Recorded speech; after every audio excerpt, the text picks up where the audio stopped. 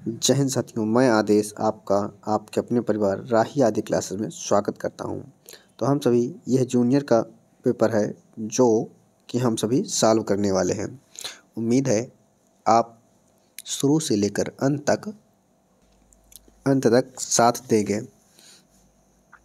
Class को आप सभी अधिक से अधिक लाइक कीजिएगा, शेयर कीजिएगा और चैनल को सब्सक्राइब भी कीजिएगा। तो हम सभी अब शुरू करते हैं अपनी क्लास को। सबसे पहले हमें एक गद्यांश दिया गया है। इस गद्यांश से संबंधित जो भी प्रश्न पूछे जाएंगे उनके हमें उत्तर देना है। तो आप सभी भी गद्यांश को ध्यानपूर्वक पढ़िएगा। नदी में घुले रसायन कॉलरा, टाइफाइड और दस्त जैसी बीमारियां फैलाते हैं। दूषित पेयजल देश में विशेष रूप से गांवों में फैलने वाले रोगों का सबसे बड़ा कारण है। जहरीले रसायनों के कारण पानी का बहुत बड़ा भाग ऑक्सीजन रहित हो जाता है। ऐसी स्थिति में लाखों मछलियां ऑक्सीजन न मिलने के कारण दम घुटने से मर जाती हैं। रसायनों, उर्वरकों, कीटनाशकों, कारखानों के अशोधित अवशिष्टों और शहरों के हजारों टन अशोधित मल के कारण नदियां विषाक्त हो रही हैं। यह आत्मघाती कदम है। कभी लोग नदियों के साथ सामंजस्य से रहा करते थे। जब मनुष्य असभ्य था तब नदियां स्वस्थ और स्वच्छ थीं। आज जब मनुष्य सभ्य हो गया है तो नदियां मलिन और विषाक्त हो गई हैं। इन दिनों नदियों में स्वयं अपनी सफाई करने की क्षमता थी। यानी उन दिनों नदियों में स्वयं सफाई करने की क्षमता थी, परंतु बढ़ते हुए प्रदूषण के कारण नदी अपनी यह क्षमता खोती जा रही है। जल प्रदूषण के विरुद्ध रणभेरी बजाने का समय आ गया है। हम इस धरती पर मेहमान ही तो हैं। हमारे आगमन के समय यह जैसी थी। अगर जाते समय कुछ और अच्छी न बना सके तो कम से कम खराब करके तो ना जाएं। यह हमारा गद्यांश था। उम्मीद है आप सभी ने भी गद्यांश को पढ़ा होगा। अब हम इसके क्वेश्चन की तरफ बढ़ते हैं। तो पहला क्वेश्चन है, कौन से रोग के कारण दूषित पेयजल नहीं है? यानी जो जल है वह दूषित पेयजल नहीं होता है। कॉलरा, टाइफाइड, दस्त या चिकनगुनिया। तो आप सभी ने गद्यांश में पढ़ा कॉलरा, टाइफाइड और दस्त था, लेकिन जो नहीं है वह क्या है? चिकनगुनिया है। तो राइट आंसर हमारा ऑप्शन डी सही हो जाएगा, चिकनगुनिया।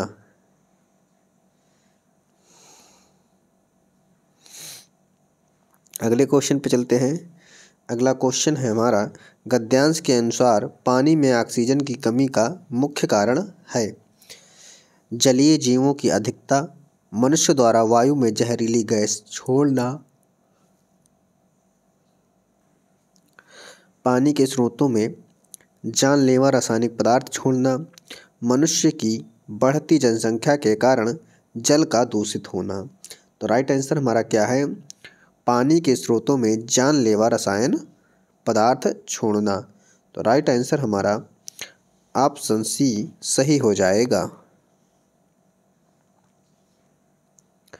अगले क्वेश्चन पे चलते हैं। अगला क्वेश्चन है, मनुष्य यानी जब मनुष्य असभ्य था तब नदियां स्वस्थ और स्वच्छ थीं। आज जब मनुष्य सभ्य हो गया है तो नदियां मलिन और विषाक्त हो गई हैं। से तात्पर्य क्या है? जब मनुष्य सभ्य नहीं था तब नदियां स्वच्छ थीं। मनुष्य के सभ्य होने के साथ नदियां प्रदूषित होती गई हैं। मनुष्य के सभ्य होने के साथ नदियों को स्वच्छ रखने के उपाय खोज लिए हैं। मनुष्य के सभ्य होने के साथ नदियों को स्वच्छ रखने के उपाय खोज लिए हैं। ऑप्शन डी है, मनुष्य के सभ्य होने के साथ नदियों का प्रदूषित होना अनिवार्य तय है। तो राइट आंसर हमारा क्या हो जाएगा कि मनुष्य के सभ्य होने के साथ नदियाँ प्रदूषित होती गई हैं। तो राइट आंसर हमारा ऑप्शन बी सही हो जाएगा। क्या ऑप्शन बी सही होगा कि मनुष्य के सब होने के साथ नदियाँ प्रदूषित होती गई हैं। अगले क्वेश्चन पर चलते हैं। अगला क्वेश्चन है, गद्यांश के अनुसार आत्मघाती कदम है ऑक्सीजन की कमी से मछलियों का मरना, नदियों में प्रदूषित जल प्रवाहित करना, नदियों की स्वयं अपनी सफाई करने की क्षमता कम होना, नदियों के साथ सामंजस्य के साथ रहना। तो राइट आंसर हमारा क्या है, नदियों में प्रदूषित जल प्रवाहित करना। तो राइट आंसर हमारा ऑप्शन बी सही हो जाता है कि आत्मघाती क्या है, नदियों में दूषित प्रवाहित जल को छोड़ना। अगले क्वेश्चन पे चलते हैं। अगला क्वेश्चन है, हम इस धरती पर मेहमान ही तो हैं वाक्य मनुष्य के संबंध में किस सत्यता की ओर संकेत करता है? आतिथ्य भाव, जन्म मृत्यु, अतिथि भाव या अमरता? किस ओर संकेत करता है? जन्म और मृत्यु की ओर। किसकी? जन्म और मृत्यु की ओर संकेत करता है। अगले क्वेश्चन पे चलते हैं। अगला क्वेश्चन है, गद्यांश के अनुसार हमें मछलियाँ और समुद्री जीव नहीं खाने चाहिए, सभ्य और सुसंस्कृत बनना चाहिए, अपनी नदियों को स्वच्छ रखने की ज़रूरत है, कारखानों को तुरंत बंद कर देने चाहिए। तो राइट आंसर क्या है? अपनी नदियों को स्वच्छ रखने की ज़रूरत है। ऑप्शन सी जो है वो हमारा राइट आंसर हो जाएगा। अगला क्वेश्चन है, लाखों मछलियों में रेखांकित शब्द है। रेखांकित शब्द क्या है? लाखों। अब लाखों यहाँ पर क्या है? संज्ञा है, विशेषण है, प्रविशेषण है या अव्यय है? तो यहाँ पर लाखों मछलियों की विशेषता बताई जा रही है कि लाखों। तो हमारा राइट आंसर क्या हो जाएगा? ऑप्शन बी विशेषण है। अगला क्वेश्चन है, कारखानों से निकलने वाला टनों मलबा भी नदियों में झोंका जाता है, वाक्य में निपात है। यहाँ पर हमें निपात बताना है। क्या निपात कौन सा है? से, में, भी, है। तो यहाँ पर निपात क्या हो जाएगा? कारखानों से निकलने वाला टनों मलबा भी नदियों में झोंका जा रहा है। तो राइट आंसर हमारा जो भी है वह हो जाएगा, ऑप्शन सी हो जाएगा। अगला क्वेश्चन है, अशोधित का विलोम शब्द है। अशोधित का हमें विलोम शब्द बताना है। क्या हो जाएगा? अनशोधित, शुद्ध, शेधन या शोधित? तो राइट आंसर क्या होगा? अशोधित का विलोम शोधित हो जाएगा। राइट आंसर ऑप्शन डी सही हो जाएगा। अगला को है, हमें काव्यांश दिया गया है। क्या? एक कविता दी गई है। अब हमें इस कविता को पढ़कर आंसर देना है इससे पूछे गए प्रश्नों के।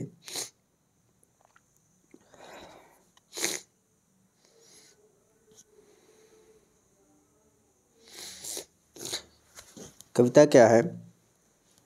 निर्निमेष क्षण भर मैं उनको रहा देखता, सहसा मुझे स्मरण हो आया, कुछ दिन पहले। बीज सेम के मैंने रोपे थे आंगन में, और उन्हीं से बौने पौधों की यह पलटन मेरी आँखों के सम्मुख अब खड़ी गर्व से नन्हे नाटे पैर पटक बढ़ती जाती है।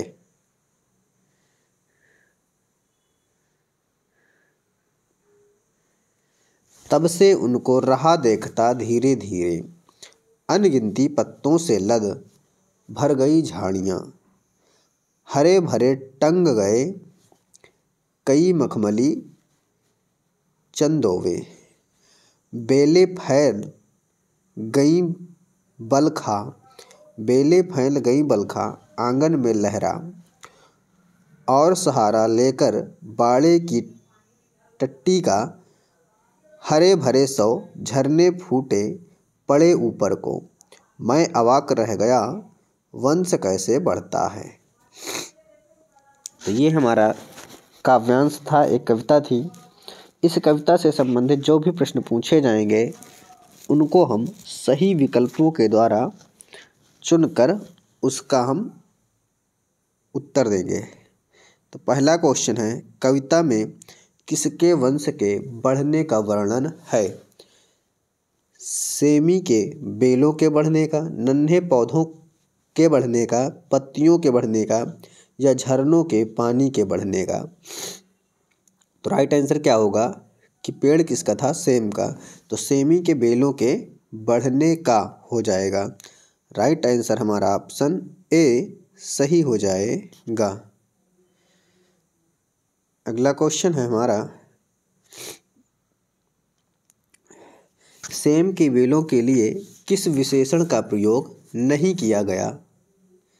किस विशेषण का प्रयोग नहीं किया गया है।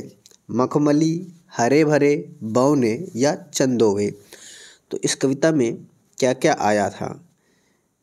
मखमली आया था, हरे भरे आया था और बौने भी आया था, लेकिन चंदोवे शब्द सेम के विशेषण के तौर पे नहीं आया है। तो राइट आंसर हमारा ऑप्शन डी सही हो जाएगा।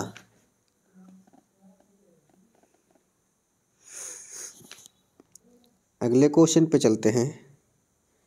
अगला क्वेश्चन है हमारा, सेम के बीजों से निकले अंकुरों के लिए किस पद का प्रयोग किया गया है। बीज, पलटन, झरने या चंदोवे। तो कविता को जब हम लोग पढ़ रहे थे तो पलटन शब्द आया था। तो राइट आंसर क्या होगा, पलटन हो जाएगा। अंकुरों के लिए यानी बहुत सारे पलटन तैयार हो रहे थे। तो राइट आंसर ऑप्शन बी सही हो जाएगा। अगला क्वेश्चन है, सेम को बेलें बहुतायत में चारों तरफ फैल गई हैं। यह भाव कविता में किन शब्दों में व्यक्त नहीं किया गया है। व्यक्त नहीं किया गया है हमसे पूछा जा रहा है। लद भर गई झाड़ियाँ, लद भर गई झाड़ियाँ, उनको देखता रहा धीरे धीरे, हरे भरे सौ झरने फूट पड़े, वंश कैसे बढ़ता है। तो कौन सा भाव व्यक्त नहीं किया गया है। उनको रहा देखते धीरे धीरे, यह जो भाव है व्यक्त नहीं किया गया है। तो ऑप्शन हमारा सी सही हो जाएगा।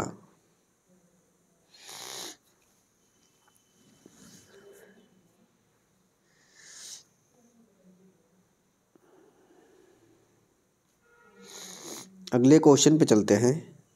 अगला क्वेश्चन है हमारा क्या कि बेल शब्द का पर्यायवाची शब्द है। क्या बेल का हमें पर्यायवाची शब्द बताना है। ऑप्शन ए बल्लरी, पाद, द्रुम, स्कंद। तो कौन सा पर्यायवाची शब्द होता है बेल का, वह होता है बल्लरी। क्या होता है, बल्लरी होता है बेल का पर्यायवाची शब्द।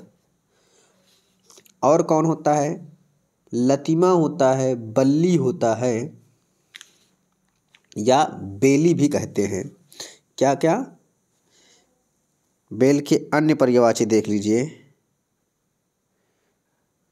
बल्ली हो जाएगा, लतिमा हो जाएगा। बेल के अन्य पर्यायवाची शब्द हैं ये, लतिमा हो गया, बेली हो गया, क्या?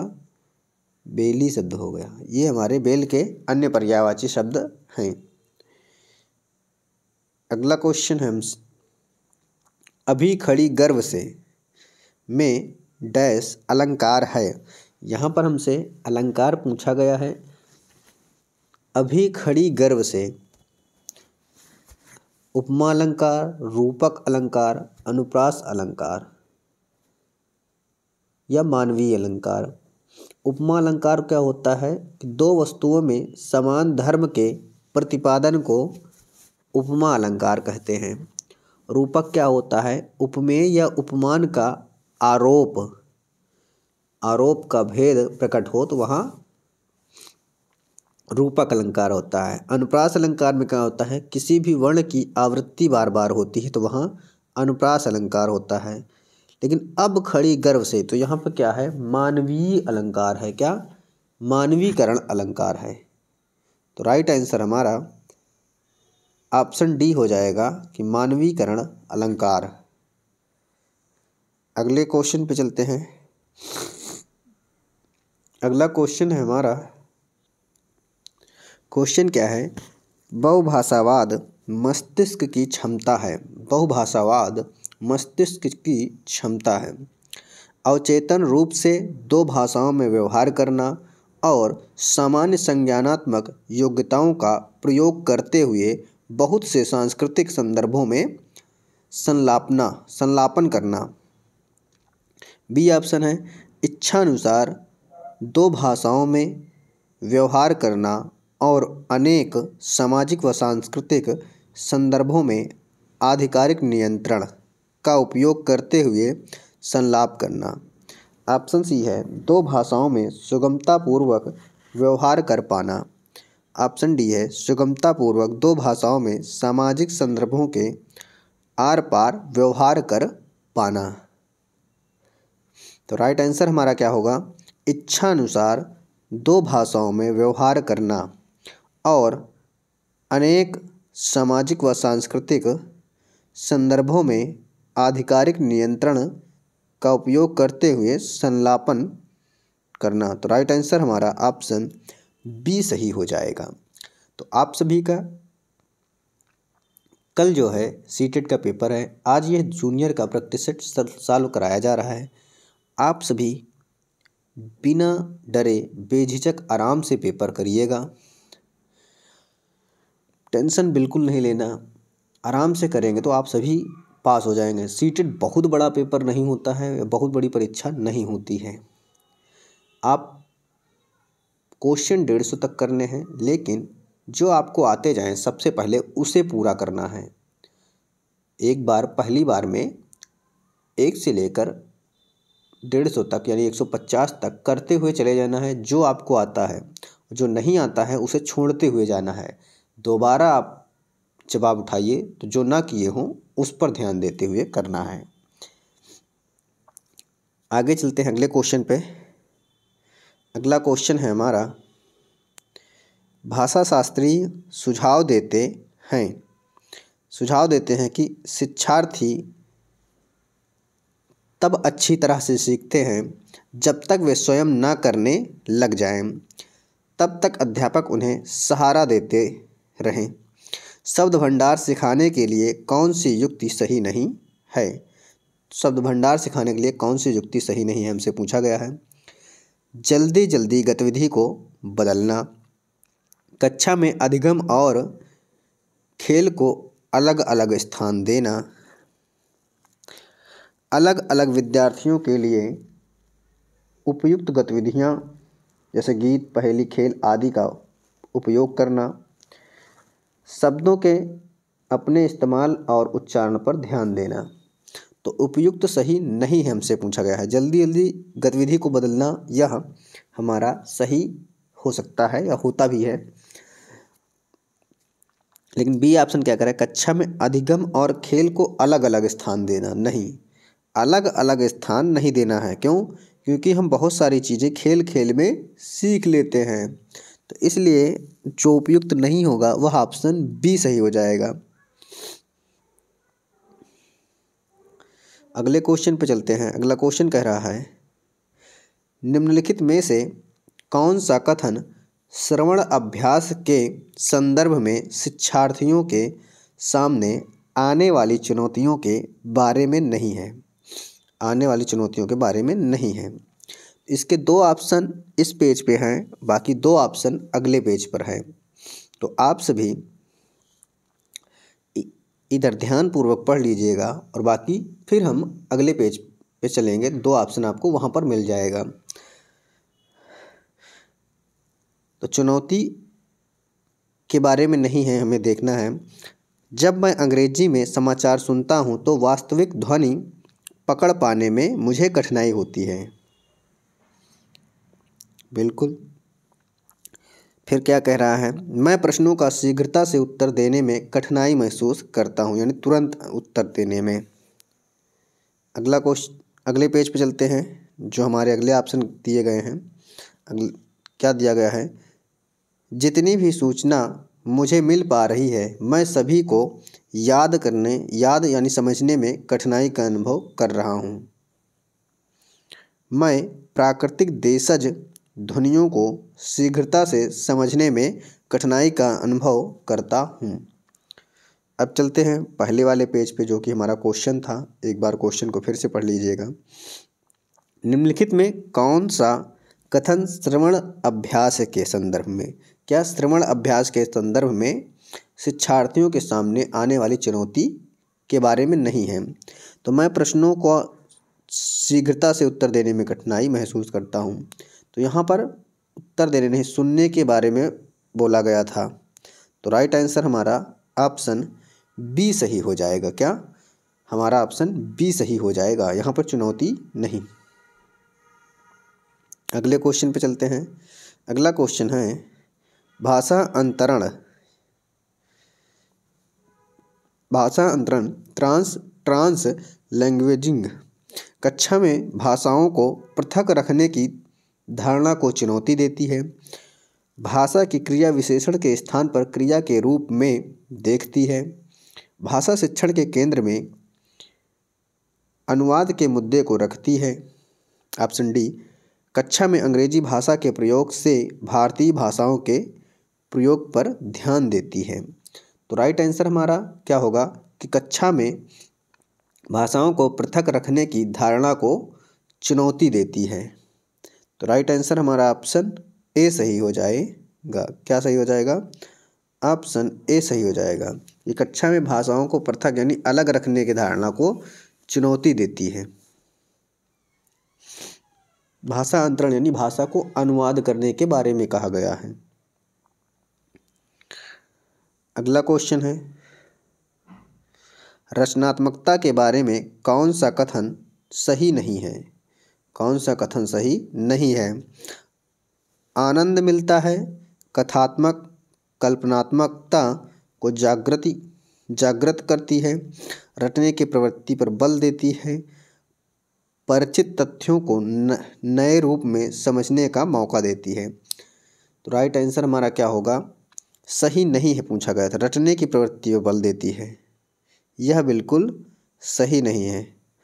जब बच्चा रचनात्मकता रूप से देखेगा तो रटने की उसे आवश्यकता ही नहीं पड़ेगी। अगला क्वेश्चन है, निम्नलिखित में से कौन सा श्रवण के बारे में सही नहीं है? श्रवण के बारे में सही नहीं है यानी सुनने के बारे में। श्रवण वास्तविक स्थितियों में होता है। रिकॉर्डिंग के समय पृष्ठभूमि से आ रहा शोर व्यवधान पैदा करता है। कई बार वक्ता बहुत तेज गति से बोलते हैं। यह निर्भर करता है कि आप कितनी तेज गति से पढ़ सकते हैं। तो सही नहीं है जो क्या कि यह निर्भर करता है, यानी ऑप्शन डी हमारा सही हो जाएगा। ये श्रवण के बारे में नहीं था। श्रवण वास्तविक स्थितियों में होता है, बिल्कुल होता था। रिकॉर्डिंग के समय पृष्ठभूमि से अवधान शोर जो है व्यवधान कर सकता है, बिल्कुल कर सकता है। कई बार वक्ता बहुत तेजी से बोलते हैं, बिल्कुल सही है। ये तीनों सही हैं, ऑप्शन डी हमारा सही नहीं है। अगला क्वेश्चन क्या कह रहा है, कौन सा वाक्यांश भाषा के संदर्भ में नहीं है? भाषा के संदर्भ में नहीं है वह हमें बताना है। योजक, खोजबीन पद्धति, सर्वनाम या व्याकरण अनुवाद विधि। योजक, सर्वनाम, व्याकरण अनुवाद विधि, यह वाक्यांश भाषा के संदर्भ में होते हैं, लेकिन खोजबीन पद्धति जो होती है यह वाक्यांश भाषा से संबंधित नहीं होती है। तो राइट आंसर हमारा ऑप्शन बी हो जाएगी। खोजबीन एक प्रकार से प्रयोगशाला के तौर पर कह सकते हैं, हम कुछ खोजें। अगला क्वेश्चन, पठन क्या है?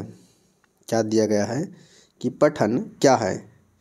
इसके भी दो ऑप्शन इस पेज पर हैं और दो ऑप्शन अगले पेज पर दिया गया है। पठन के बारे में पूछा, पठन क्या है? जो हम नहीं जानते उसे समझने के लिए जो जानते हैं उसका प्रयोग करना। पठन सामग्री की विषय वस्तु और प्रकारों के बारे में परिकल्पना बनाना और अपने विचारों सुझावों का अनुसरण करना। आगे भी पढ़ते हैं तब सही उत्तर की तरफ पहुँचेंगे। आगे क्या दिया गया है, अनुमान लगाने की सतत प्रक्रिया है। पाठक पाठ्य सामग्री में क्या जोड़ता है यह इतना महत्वपूर्ण नहीं है जितना कि यह कि उसे पाठ्य सामग्री में क्या मिलता है। अगली तरफ चलते हैं। अनुमान लगाने की सतत प्रक्रिया है। पाठक पाठ्य सामग्री में क्या जोड़ता है यह अधिक महत्वपूर्ण है बजाय इसके कि उसे पाठ्य सामग्री में क्या मिलता है। तो अनुमान लगाना क्या हुआ, पठन क्या था, यह क्वेश्चन था कि पठन क्या है। तो क्या है, अनुमान लगाना एक सतत प्रक्रिया है। भाई पढ़ते रहेंगे हम तो जब पढ़ाई करेंगे या कुछ करेंगे सीखेंगे तो उसमें अनुमान तो लगाया ही जाएगा। पाठक पाठ्य सामग्री में क्या जोड़ता है, यानी जब हम और नया क्या जोड़ सकते हैं, क्या जोड़ेंगे, यह भी है। यह अधिक महत्वपूर्ण है बजाय इसके उसे पाठ्य सामग्री में क्या मिला, हाँ क्या मिलता है, उसे पाठ्य सामग्री में क्या मिलता है इस पर ध्यान नहीं देना होता है ज़्यादा।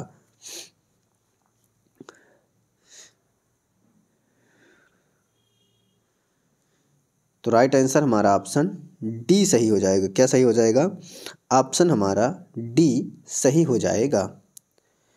अगले क्वेश्चन पे चलते हैं। अगला क्वेश्चन क्या कह रहा है कि मैं एक दिन वाच्य और काल पढ़ा रही थी, यानी कोई अध्यापिका है वह बोल रही है।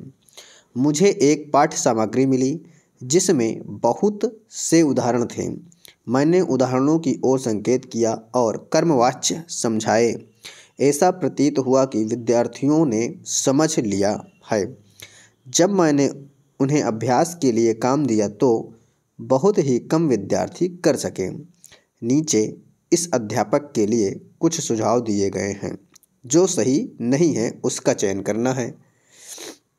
यह संभव हो सकता है कि व्याकरण पढ़ाने की विधि विद्यार्थियों को प्रोत्साहित ना कर पाई हो। हाँ, ये ऑप्शन सही होगा। हमसे पूछा सही नहीं है। विद्यार्थियों के साथ उनकी शब्द संपदा पर कार्य करें। सी ऑप्शन, चुनी गई पाठ्य सामग्री का स्तर विद्यार्थियों के स्तर से ऊंचा होगा। बिल्कुल हो सकता है ऊंचा। लंबे घुमावदार और जटिल उदाहरणों के स्थान पर सरल व्याख्या दी जाए, यह भी हमारा सही है। तो राइट आंसर क्या हो जाएगा इसका, तो ऑप्शन बी हमारा हो जाएगा। बाकी सब सही पढ़ रहे हैं, सही हैं, तो ऑप्शन बी ही हमारा सही नहीं है। विद्यार्थियों के साथ उनकी शब्द संपदा पर कार्य करना, यानी विद्यार्थियों को हमें देखना है कि उनको हम ऐसे उदाहरण दें जो उन्हें उनसे रिलेट कर पाएँ, वो उनके बारे में समझ सकें। ऐसा नहीं कि कभी उन्होंने सुना ही ना हो, जाना ही ना हो, तो इसलिए तो ऑप्शन बी हमारा राइट आंसर हो जाएगा। अगले क्वेश्चन पे चलेंगे। अगला क्वेश्चन है, एक वाक्य में किसी तर्क को दो विरोधाभासी बिंदुओं को पहली व तीसरी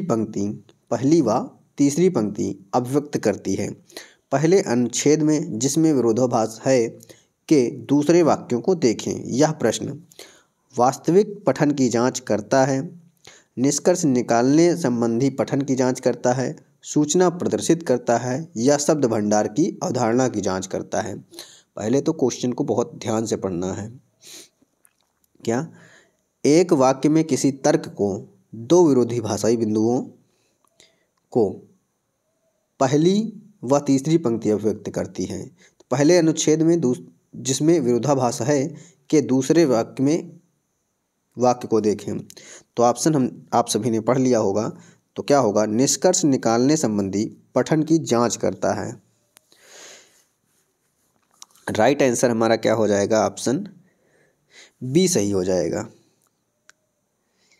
कि निष्कर्ष निकालने संबंधी पठन की जांच करेगा दूसरा वाक्य। अगले क्वेश्चन पर चलते हैं। अगला क्वेश्चन है, अवधारणात्मक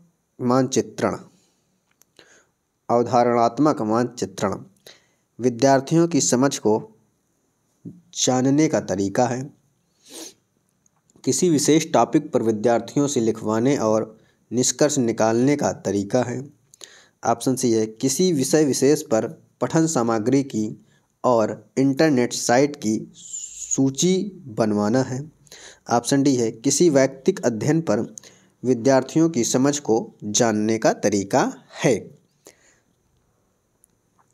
अवधारणात्मक मानचित्रण क्या होता है, विद्यार्थी की समझ को जानने का तरीका होता है। तो ऑप्शन हमारा ए बिल्कुल सही हो जाएगा, क्योंकि एक टीचर है, जब तक विद्यार्थी को जानेगा नहीं, समझेगा नहीं, तब तक विद्यार्थियों को वो कैसे सिखाए यह नहीं समझ पाएगा।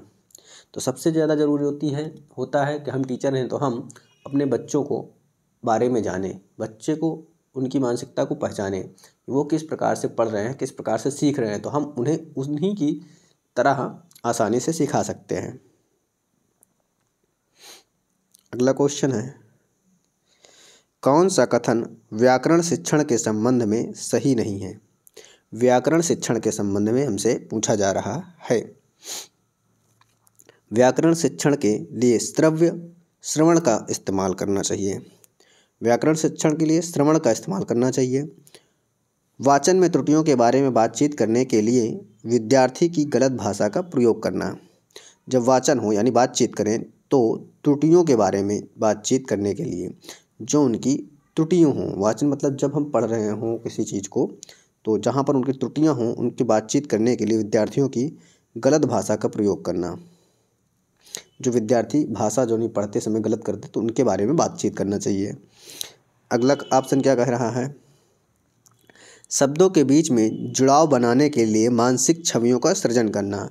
यह भी हमारा क्या है, सही है, यह भी हमारा सही है। शिक्षण के लिए वाक्यों के स्थान पर अनुच्छेदों का प्रयोग करना, तो ये हमारा सही नहीं होगा। क्या हम कुछ भी करेंगे तो वाक्य छोटे छोटे वाक्यों में ही करेंगे।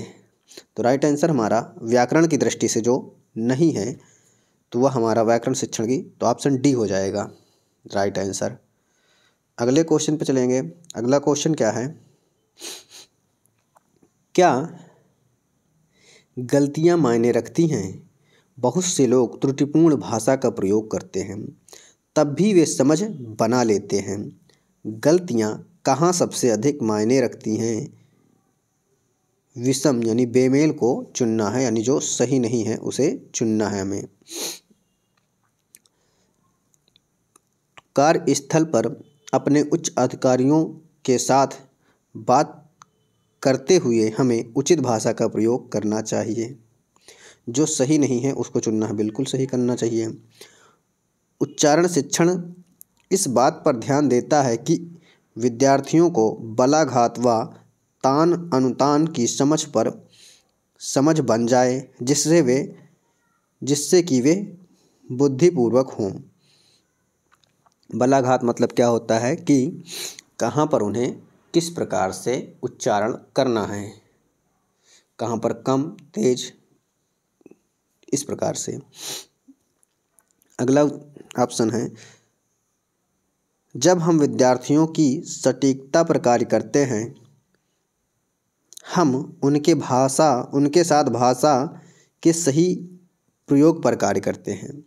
बिल्कुल, उनकी भाषा पर सही प्रयोग करना चाहिए, उनसे हमेशा सही भाषा में बात करनी चाहिए, डांटना नहीं चाहिए।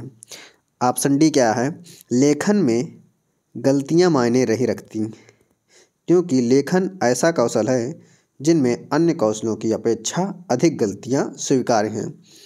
नहीं, अधिक गलतियां क्यों होंगी, गलतियां मायने नहीं रखती हैं, मायने तो रखेंगी ही। तो ऑप्शन डी हमारा बिल्कुल सही हो जाएगा। सही नहीं होगा, ये बेमेल होगा, विषम होगा। अगले क्वेश्चन पे चलते हैं। अगला क्वेश्चन है हमारा, निम्नलिखित में से कौन सी भाषा शिक्षण की अवधारणा नहीं है। यहाँ पर भाषा शिक्षण की अवधारणा नहीं है हमसे पूछा जा रहा है। क्या पूछा जा रहा है, भाषा शिक्षण की अवधारणा नहीं है। व्याकरण अनुवाद विधि, तंत्रिका संबंधी चक्र, या वैषम्य अंतर विश्लेषण नियम और प्रकार्य। तो कौन सी भाषा शिक्षण की अवधारणा विधि नहीं है। ऑप्शन बी है तंत्रिका संबंधी चक्र। क्या, ऑप्शन बी हमारा सही हो जाएगा, तंत्रिका संबंधी चक्र। अब हम चलते हैं, हमारा आज का लास्ट क्वेश्चन है 30वां क्वेश्चन। भारत की शिक्षा में भाषा नीति को किस रूप में जाना जाता है। बहुभाषावाद आधारित मातृभाषा, त्रिभाषा सूत्र, या राष्ट्रीय शिक्षा नीति 2020, या द्विभाषावाद। तो राइट आंसर हमारा क्या होगा, त्रिभाषा सूत्र। क्या हो जाएगा, त्रिभाषा सूत्र हमारा सही हो जाएगा। तो साथियों, ये रहे आपके जूनियर का आज दूसरा प्रैक्टिस सेट हमने कराया है। उम्मीद है आपको क्लास पसंद आई होगी। तो कल तो सीटेट का पेपर ही है, तो अब सीटेट की कक्षाएं समाप्त हो जाएंगी। अगर कहीं से पेपर मिलता है तो कल हिंदी के जो 30 क्वेश्चन होंगे उनको सॉल्व करा दिया जाएगा। आप सभी से एक ही रिक्वेस्ट है कि आप सभी अधिक से अधिक सहयोग करें, अधिक से अधिक मेरा भी साथ दें, क्योंकि हम सभी क्या होता है कि एक दूसरे के साथ देते हैं तो बहुत ही आसानी से कुछ कार्य जल्दी हो पाता है, जल्दी से वहाँ पहुँच सकते हैं। तो उम्मीद है आप सभी अधिक से अधिक साथ देंगे, सहयोग देंगे, और मुझसे जो भी हो पाएगा वो आप कमेंट के माध्यम से बोल दीजिए कि भैया, बड़ा भाई, छोटा भाई, सर, जो भी आप समझें, मैं वो कराने का प्रयास करूँगा। जैसे आपकी कमेंट आई थी कि आप जूनियर का पेपर सॉल्व करा दीजिए गद्यांश, तो मैंने जूनियर का भी करा दिया है। उम्मीद है आपको क्लास पसंद आई होगी। आज की क्लास को हम यहीं पे समाप्त करते हैं। आप सभी का इस क्लास में जुड़ने के लिए बहुत बहुत धन्यवाद।